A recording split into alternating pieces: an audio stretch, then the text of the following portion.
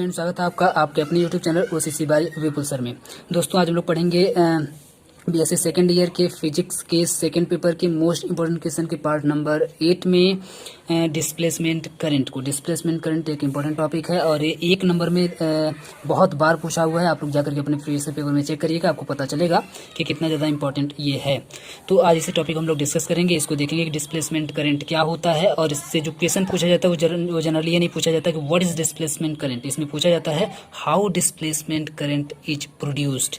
Displacement current कैसे produce होता है ये बताइए, पूछा जाता है। ये आपसे नहीं पूछा जाता है कि what is displacement current, displacement current क्या होता है, ये आपसे नहीं पूछा जाता है। लेकिन अगर आपको यही नहीं पता रहेगा कि डिस्प्लेसमेंट करंट क्या होता है तो ऑब्वियस सी बात है कि आप ये भी नहीं बता पाएंगे कि डिस्प्लेसमेंट करंट प्रोड्यूस कैसे होता है, ये भी आप बता नहीं पाएंगे।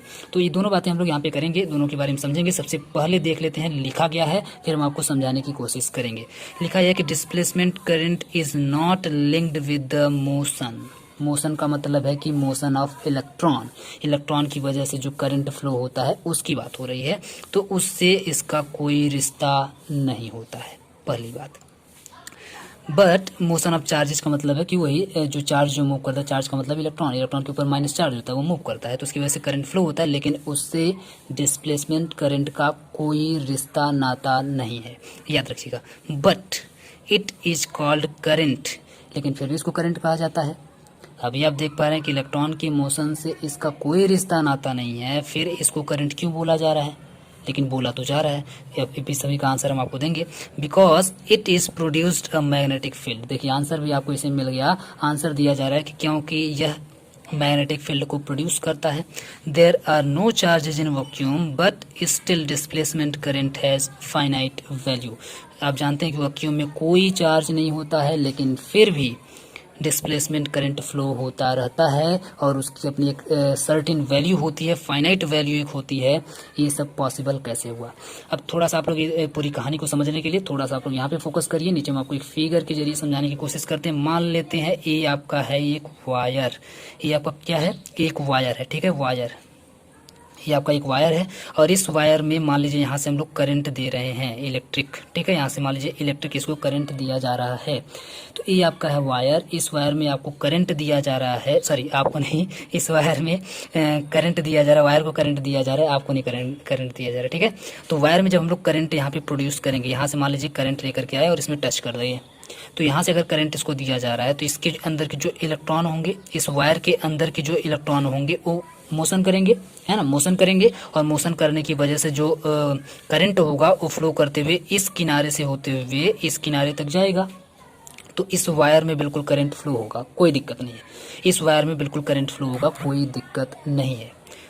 लेकिन एक और चीज होगी, जो ही इसमें इलेक्ट्रॉन मोशन करेंगे, इस वायर में जो ही इलेक्ट्रॉन मोशन करना स्टार्ट करेंगे और करंट फ्लो होना स्टार्ट होगा, तो आप सभी को पता होगा कि इसके आसपास ये जो एरिया है, इतनी एरिया को मान लीजिए हम ले लेते हैं, इतनी ये जो एरिया है ऊपर से नीचे, इस एरिया में मैग्नेटिक फील्ड डेवलप हो जाएगा। आप लोग जानते हैं कि जब करंट फ्लो होता है तो करंट फ्लो होने के बाद उसके आसपास एक फील्ड बन जाती है, जिस फील्ड को बोला जाता है मैग्नेटिक फील्ड, जिस फील्ड को बोला जाता है मैग्नेटिक फील्ड, ठीक है। इसलिए आप देखें करंट जो जिस वायर में करंट फ्लो हो रहा है उसके अगर आप बहुत पास तक अगर मान लीजिए हाथ ले, आप अंगुली अपनी लेके जा रहे हैं इसमें टच करने के लिए, ठीक है, इसमें टच करने के लिए आप अंगुली लेकर के जा रहे हैं, तो लेकर के जाएंगे जाएंगे जाएंगे जाएंगे यहाँ तक लेके जाएंगे, आपको कुछ नहीं होगा, आपको करंट नहीं मारेगा। लेकिन जो ही आप इसके मैग्नेटिक फील्ड में इंटर करेंगे यहाँ से तुरंत, अभी देख पा रहे हैं आप करंट से थोड़ी दूर हैं, लेकिन फिर भी आपको करंट यहाँ से लगना स्टार्ट हो जाएगा। आप देख पा रहे हैं यहाँ पे कि आप मान लीजिए अपनी अंगुली लेके जा रहे हैं चेक करने के लिए कि इस वायर में करंट आ रहा है कि नहीं आ रहा है। ऐसा करिएगा मत, बस यहाँ पे इमेजिन करिए कि आप अंगुली लेकर के अपने यहाँ से जा रहे हैं चेक करने के लिए कि इस वायर में करंट आ रहा है कि नहीं आ रहा है। तो आप क्या करेंगे, अंगुली लेके जा रहे हैं जा रहे हैं जा रहे हैं जा रहे हैं, यहाँ तक जाएंगे तो यहाँ तक आपको करंट नहीं मारेगा। लेकिन यहाँ से जो ही आप इंटर करेंगे इस वायर के मैग्नेटिक फील्ड में, तुरंत अभी आप वायर को टच नहीं किए हैं लेकिन फिर भी आपको करंट मार देगा और बहुत तेजी के साथ आपको मारेगा। और ये बिल्कुल मारने का मतलब है आपको ये जो वायर होगा वो अपने आप जाकर के टच हो जाएगा और आपको करंट लगना स्टार्ट हो जाएगा।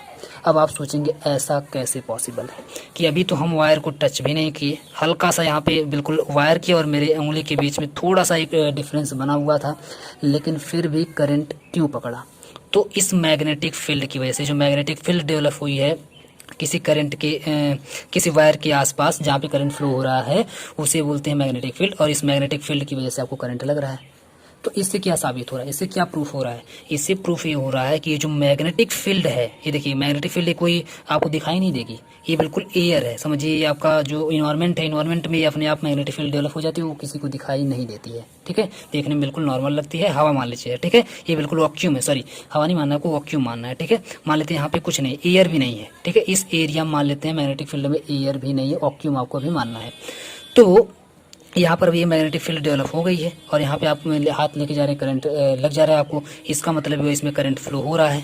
अब आप कहेंगे सर करंट इसमें क्यों फ्लो हो रहा है, कैसे फ्लो हो रहा है, जबकि वायर तो यहाँ पर है, वायर को जब हम लोग टच करेंगे तब यहाँ पे करंट लगना चाहिए, लेकिन फिर भी करंट क्यों लग रहा है? तो इसका मतलब ये हुआ, इससे ये प्रूफ हुआ कि ये जो मैग्नेटिक फील्ड है इसमें भी करंट फ्लो होता है ना। आप देख पा रहे हैं कि वायर के आसपास की कुछ एरिया में भी करंट फ्लो होता है, जिस एरिया को बोलते हैं मैग्नेटिक फील्ड, जिस एरिया को बोलते हैं मैग्नेटिक फील्ड। तो इसी ये जो करंट फ्लो हो रहा है मैग्नेटिक फील्ड के अंदर, इसी करंट को बोला जाता है डिस्प्लेसमेंट करंट, क्योंकि करंट इस वायर से डिस्प्लेस करके इस वैक्यूम में आ गया, वैक्यूम का मतलब इस एरिया में आ गया है, और वैक्यूम का मतलब जहाँ पे एयर भी ना हो, है ना, बिल्कुल निर्वात, जिसको हिंदी में बोलते हैं निर्वात, यानी जहाँ पर एयर भी नहीं होनी चाहिए, ठीक है, इस एरिया में आ गया है। और ये जो एरिया है आप देख पा रहे हैं ये बिल्कुल वैक्यूम है, वैक्यूम का मतलब यहाँ पे कुछ नहीं, यहाँ पे कोई वायर नहीं है, लेकिन फिर भी इतने एरिया में करंट बिल्कुल प्रोड्यूस हो रहा है, जबकि सिर्फ वायर में इतनी ही एरिया में प्रोड्यूस होना चाहिए था। तो बाकी का ये जो करंट है जो इसके आसपास जो प्रोड्यूस हो रहा है, इसी करंट को बोला जाता है डिस्प्लेसमेंट करंट, क्योंकि वायर से करंट डिस्प्लेस होकर के इस वैक्यूम वाली एरिया में, इस मैग्नेटिक फील्ड में आ गया है, इसीलिए इसको बोला जाता है डिस्प्लेसमेंट करंट। तो उम्मीद करते हैं आपको डिस्प्लेसमेंट करंट समझ में आया होगा। अब इसी को आपको बताना है, अब यहाँ पे हम ये भी आपको आंसर दे चुके हैं कि ये प्रोड्यूस कैसे होता है, ये भी आपको आंसर मिल गया कैसे प्रोड्यूस होता है, क्योंकि ये वायर से डिस्प्लेस करके इस मैग्नेटिक फील्ड में आ जाता है, तो इसीलिए यहाँ पे करंट आपको लगता है। तो इसी करंट को बोला जाता है डिस्प्लेसमेंट करंट, इसी तरीके से प्रोड्यूस होता है। लेकिन अब इसको आप लिखेंगे कैसे, थोड़ा सा लिखेंगे कैसे, तो लिखने के लिए ऊपर लिखेंगे, और कैसे लिखा हुआ है उसको अब हम समझाने की कोशिश करते हैं आपको।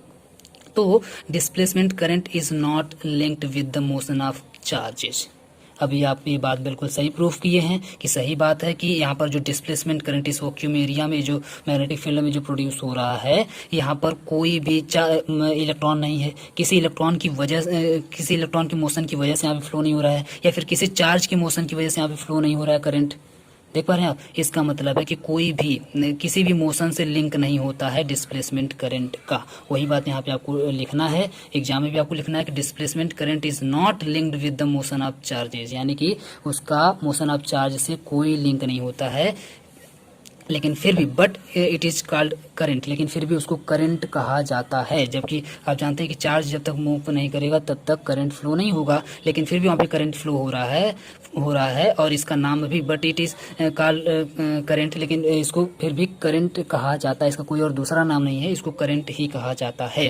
बिकॉज क्यों कहा जाता है, because it produce a magnetic field, क्योंकि यह एक मैग्नेटिक फील्ड प्रोड्यूस करती है। इसमें ये आप देख पा रहे हैं, यह अपनी खुद की मैग्नेटिक फील्ड प्रोड्यूस करती है, इसलिए इसको करंट कहा जाता है। There are no charges in vacuum, आप जानते हैं कि जो यहाँ पर वैक्यूम क्रिएट हुआ है, इस वैक्यूम में कोई भी चार्ज नहीं होता है।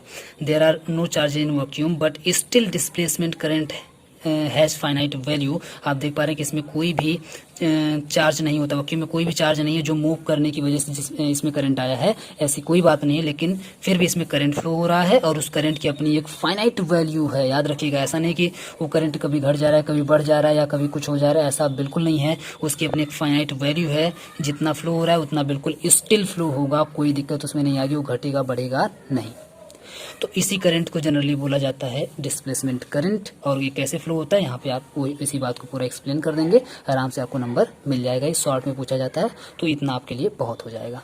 ठीक है, तो उम्मीद करते हैं डिस्प्लेसमेंट करंट क्या होता है आपको अच्छे तरीके से समझ में आया होगा। समझ आया तो धड़ाधड़ एकदम बिल्कुल शेयर करिए, इतना शेयर करिए कि एकदम सभी तक पहुंचे। जितने लोग बीएससी सेकेंड ईयर में हैं पूरे इंडिया में सभी तक ये वीडियो पहुंच जाना चाहिए। ये आपकी जिम्मेदारी है, मेरी जिम्मेदारी यहीं पे होती है खत्म। मुझे पढ़ाना था, मैंने पढ़ा लिया, बात खत्म हो गई मेरी। अब जिम्मेदारी शुरू होती है या आपकी जिम्मेदारी ये है कि अपने जैसे आप पढ़ रहे हैं यहाँ पे बिल्कुल आकर के फ्री में, उसी तरीके से आप दूसरों को भी पढ़ने का मौका दें, दूसरों को भी बताएं कि वो लोग आकर के यहाँ पे पढ़ें। तो पूरा वीडियो देखने के लिए बहुत बहुत धन्यवाद।